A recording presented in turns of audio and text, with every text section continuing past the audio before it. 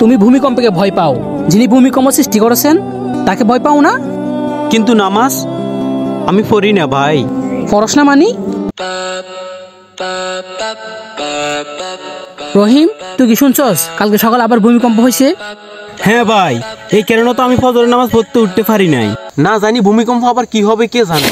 ফজর মিস করার জন্য ভূমিকম্প না, তোমার ঘুম দেয়। ভূমিকম্প তো আসল ভয়, অল্পের জন্য বেঁচে গেছি। তুই ভূমিকম্পকে ভয় পাস, যিনি ভূমিকম্প সৃষ্টি করেছেন সে আল্লাহকে কি একবার ভয় পাস না? রহিম, জানিস পৃথিবীর ওই ফের আমরা কত অসহায়, একবার শুধু কাঁপিয়ে দিলে সব শেষ। হ্যাঁ, কালকে টিকটকে দেখলাম তো সবাই ঘর থেকে বের হয়ে দৌড়াদৌড়ি করতেছে। মানুষ দৌড়াবে কিন্তু নামাজ কি দৌড়ায়? আল্লাহকে ডাকতে কেন তো লজ্জা লাগে? আরে ভাই, নামাজ পড়া তো সহজ নাকি? নামাজে দাঁড়ালে 30 সেকেন্ড পর মন অন্যদিকে চলে যায়।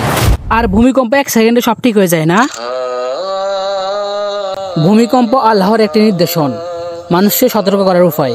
রাসূলুল্লাহ সাল্লাল্লাহু আলাইহি সাল্লাম বলেছেন, ভূমিকম্প হলে তওবা করো, দোয়া করো। মানে কি? তাহলে আমরা কি অপরাধ করি? আচ্ছা, সমাজে কি অন্যায় নেই? ঘুষ, মিথ্যা, পরচর্চা, নামাজ ছাড়ার মতো বড় গুনাহ, এগুলি মানুষের উপর বিপদ নামায়। মানে কি? তাহলে সমাজকে আমি ঠিক করব? শুরু করো নিজের থেকে, আগে নিজের নামাজ ঠিক করো। আম্মা তো বলেন ভূমিকম্প হলে নাকি কিয়ামতের আলামত। ঠিকই তো বলেন, কিন্তু নামাজ পড়তে বললে তো বলো কালকে থেকে পড়বো। হ্যাঁ, তোমার কথা অনুযায়ী তো কাল থেকে পৃথিবীতে আর কেউ নামাজ পড়ে না। রহিম, আমরা মনে করি দুনিয়া স্থায়ী, কিন্তু ভূমিকম্প 1 সেকেন্ডে দেখিয়ে দেয় আমরা কত নাজুক। কিন্তু নামাজ আমি তো পড়ি না ভাই। ফরস না মানি? চেষ্টা করস না? একটা ভয় যদি তোকে নামাজ থেকে ফিরিয়ে রাখে, অন্য ভয় তোকে নিয়ে যাবে কোথায়? দেখ, দেশে কত মানুষ হঠাৎ ভূমিকম্পের মধ্যে ভয় পায়, কিন্তু তারা কি আল্লাহর কাছে ফিরে যায়? সত্যি ভাই, রাতে ভূমিকম্প হলে সবাই ভয় পায়, কিন্তু ফজরে তো সবাই ঘুমায়। এটাই সব থেকে বড় সমস্যা।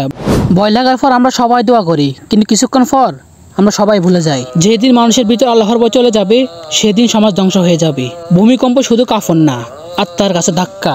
ভাই, আপনার কথা শুনে আজ সত্যি মনে হচ্ছে আমি এতদিন ভুলের পথে ছিলাম। আজ বুঝছো, এটা সব থেকে বড় কথা। ভাই, আমি স্বীকার করি আমি সত্যি নামাজকে অবহেলা করছি, কিন্তু এখন ভয় হচ্ছে সত্যি। আল্লাহ ভয় দেখে কাছে ডাকেন, তুমি দেরি কেলো ফিরে আসো, এটা সব থেকে বড় কাজ। আমি কি শুরু করব আজ থেকে? আজই, এই মুহূর্ত থেকে, কারণ মৃত্যু, ভূমিকম্প, বিপদ কোনোটা বলে কেউ আসে না। ভাই, আজ থেকে প্রতিদিন 5 ওয়াক্ত নামাজ পড়ব, কিন্তু ভয় দিয়ে নয়, ভালোবাসা দিয়ে। আল্লাহকে ভয় করব, তার কাছেই চাইব। আলহামদুলিল্লাহ, ভয় থাকুক, কিন্তু আল্লাহর ভয় সব থেকে বেশি থাকুক। ভাই, মনে রেখো, ভূমিকম্প মানুষকে ভয় দেখায়, কিন্তু আল্লাহ মানুষকে পথ দেখান।